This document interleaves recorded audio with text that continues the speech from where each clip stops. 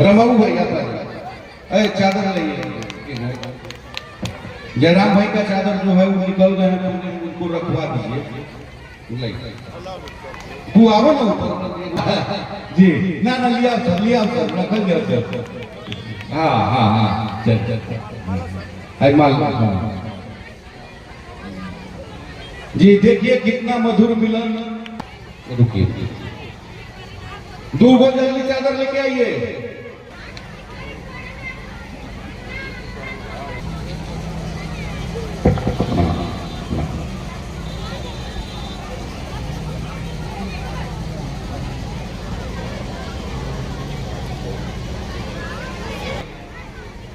Solo भाई, नहीं आ गया जी को दे।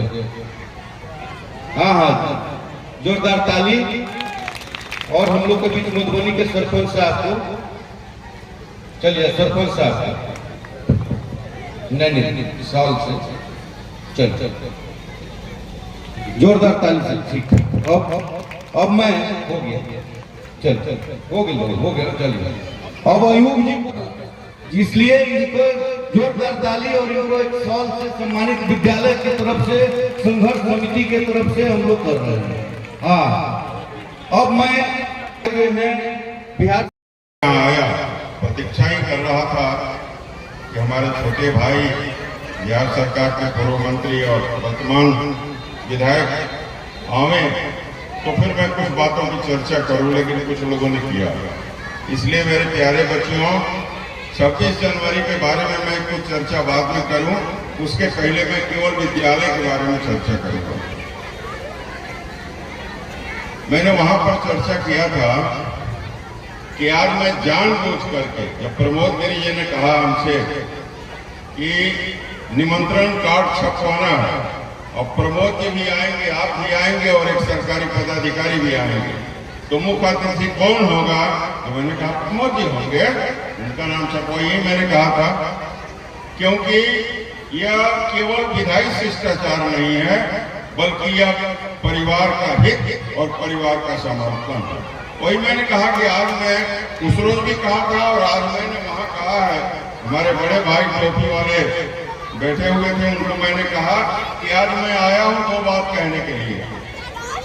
पहली बात, आज से 15-20 दिन पहले मैंने देवेंद्र चौधरी जी से बात की, जो आपके बीच में बैठे हुए हैं।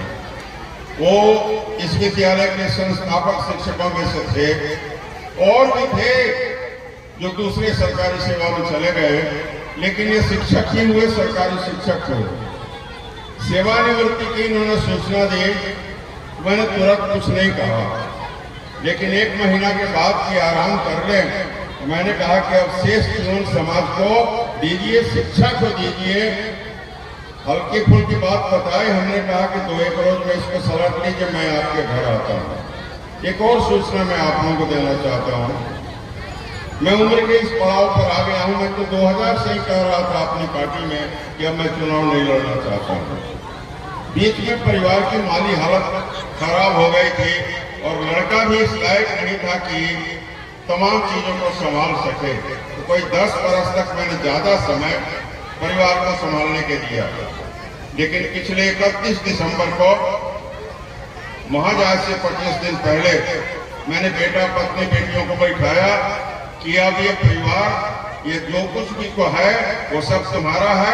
त्रिवेणी बिहारी कल भी वनवासी था और 1 जनवरी से वनवासी हो जाएगा। आज के दिन मैं आपकी सेवा के लिए मृत्यु पर्यंत उपलब्ध हूँ और मुझसे जो बन पड़ेगा सो करूंगा। और मैं आप लोगों को कहना चाहता हूँ, मैंने इन लोगों से चर्चा भी किया है मीटिंग के पहले। मुझे जो बिहार विधानसभा से पेंशन मिलता है, अच्छी खासी राशि मिलती है, लेकिन वो पेंशन मैं पार्टी को, जन संगठनों को दे देता हूँ। कोई 30,000 के लगभग रुपये का इस्तेमाल करता था, जिसमें 10,000 रुपया मैं ड्राइवर को वेतन देता था। और आज मैंने कुछ मित्रों को आश्वस्त किया है कि विद्यालय को ठीक से चलाइए। एक शिक्षक का नियमित रूप से 10,000 प्रति माह मैं भुगतान करूंगा। मैंने देवेंद्र जी से भी आग्रह किया था कि हमारे बहुत ही प्रेमी हैं सत्यदेव जी, वो मातृभक्त कहिए या पराकाष्ठा है मातृभक्ति की, उनकी भी शिक्षा से बहुत रुचि थी। मैंने कहा कि जरा एक बार सतदेव जी से एक और युवा उद्यमी कहिए या उदीयमान कहिए, ठीक सतदेव जी के बगल में बैठे हुए हैं, इन लोगों के बारे में मैंने चर्चा किया कि एक बार चाय पर तो हम लोग बैठे कि देखे क्या किया जा सकता है आगे इस समाज के लिए। क्योंकि बंधु आप जानते हैं देश में 3 किस्म के लोग हैं।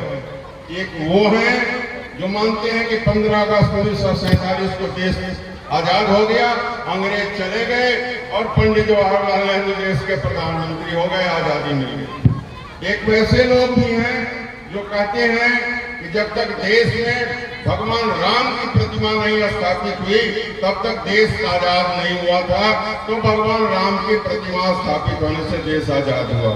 मेरे जैसे इक्के दुक्के लोग हैं जो पहले भी मैं कई मीटिंगों में बोल चुका हूँ और आज भी बोल रहा हूँ। मैं आज भी कहता हूँ कि असली आजादी नहीं मिली है, असली आजादी बाकी है। बोलो मत, बोलो मत। जब तक इस इलाके की एक भी लड़की निरक्षर रहेगी, पढ़ेगी नहीं, तब तक ये आजादी अधूरी है। इस अधूरी आजादी को पूरा करने के लिए जो लोग आजकल संघर्ष कर रहे हैं उनको मैं धन्यवाद देता हूं, उनके मैं सुखी और कामयाब जीवन की कामना करता हूं। आज मैंने सब लोगों का पेट ठोका है, क्योंकि जिस वक्त मैं इस विद्यालय को खोल रहा था उस वक्त में एक खंबा के लिए भी मुझे 3-3 बार जाना पड़ता था कि एक शीशम का खंबा दीजिए कि जल्दी उसमें घून नहीं लगेगा। आज मेरे फीस वैसे भी भामाशाह हैं जिन्होंने वक्त पढ़ने पर 1.5 लाख से ज्यादा रुपया बच्चों को भविष्य के लिए दिया। मैं उनको धन्यवाद देता हूँ, उनके उन्नत भविष्य की कामना करता हूँ। बंदियों में इससे कहना चाहता हूँ कि इस इलाके की तस्वीर पूरा पूरी तो नहीं बदली है, लेकिन बदलने की सिलसिला शुरू हो गई थी जब स्कूल की बच्चियां आई। और मैं दूसरी बात की चर्चा मैंने किया था कि मैं प्रमोद जी आएंगे तो उनसे, उनके माध्यम से अपने मित्र और हम समकक्ष इस माने में कि एक ही बार हम लोग गिरफ्तार हुए थे, मैं और माननीय सांसद राधा मोहन जी, अभी भी उसका वो निर्वाह करते हैं। एक ही बार हम लोग गए थे और यूरोपियन सेल में दोनों अगल बगल के सेल में बंद थे। मैं इन दोनों से प्रमोद जी के माध्यम से आग्रह करता हूं कि एक बार ये समय निकाल करके राधा मोहन जी के साथ बैठे और मैं शेष जीवन समर्पित कर दूंगा इनको साथ रहने के लिए। यदि ये विद्यालय चल जाए और मोतिहारी शुगर फैक्ट्री चल जाए, इसके लिए बैठे और मुझे केवल आप सहयोग कीजिए, मैं उसको कामयाब हो जाऊंगा, करा दूंगा। और फैक्ट्री भी चल जाएगी, ये विद्यालय भी बच जाएगा। ये विद्यालय जब बचा तो सब कुछ किया। जिन लोगों ने, देवेंद्र जी को मालूम है, प्रधानाध्यापक की हैसियत से राजेंद्र जी पूर्व प्राचार्य ने शपथ पत्र दिया था और जमीन निबंधित हुई राज्यपाल के नाम से।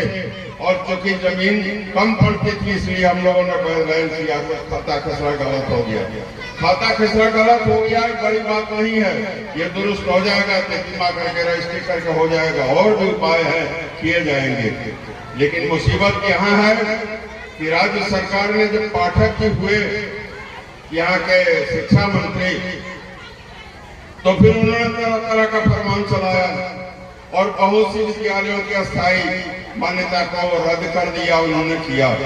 इसलिए सरकार पूरा पूरी अब भी ईमानदारी से काम करे तो ये पठन का काम चलता रहेगा। इसलिए मैं आग्रह करूंगा कि आप शिक्षा मंत्री से, यदि मुख्यमंत्री तो कुछ पेट से बोलते हैं, कुछ घेंट से बोलते हैं, लेकिन चुनाव का समय है, शायद आपकी बात सुनेंगे। शिक्षा मंत्री को कहिए और आप दोनों यदि लग जाइएगा तो शिक्षा विभाग में यहाँ डीओ को लिखने से क्या होगा, यहाँ डीएम को लिखने से क्या होगा, ये सारा का सारा पेट फंसा हुआ है। वो शिक्षा में जो कौन न हो गए हैं, शिक्षा के पदाधिकारी पहले शिक्षा निदेशालय तो जानता ही नहीं, उसमें कौन पहले होते थे निर्देशक, अभी दूसरा कुछ हो गए, क्या नाम है? हाँ, ये बता रहे हैं। आप उन लोगों को कहिए कि वो एक रिपोर्ट मांगे और रिपोर्ट मांगे डीएम और डीओ जिला शिक्षा पदाधिकारी दोनों से, और उस प्रतिवेदन के आधार पर वो निर्णय ले इस विद्यालय की स्थापना के बाद से कितनी बच्चियां यहाँ से निकली हैं। मेरी जानकारी के मुताबिक 600-650 बच्चियां या तो शिक्षक है या सरकारी पदाधिकारी है। एक तो वीडियो है, वीडियो से बढ़कर शायद का SPO हो गई है, और बहुत सारे लोग हैं। 13-14 के लगभग +2 विद्यालय के हेडमास्टर हैं, 16-17 के लगभग, जिसमें 2 मेरे गांव की भी लड़कियां हैं। वो खगड़िया जिला में मान्यता प्राप्त सरकारी स्कूल की प्रधानाध्यापिका है। इस तरह से इस विद्यालय को बचाया जा सकता है। इसलिए मैं ज्यादा कोई राजनीति की चर्चा करना नहीं चाहता।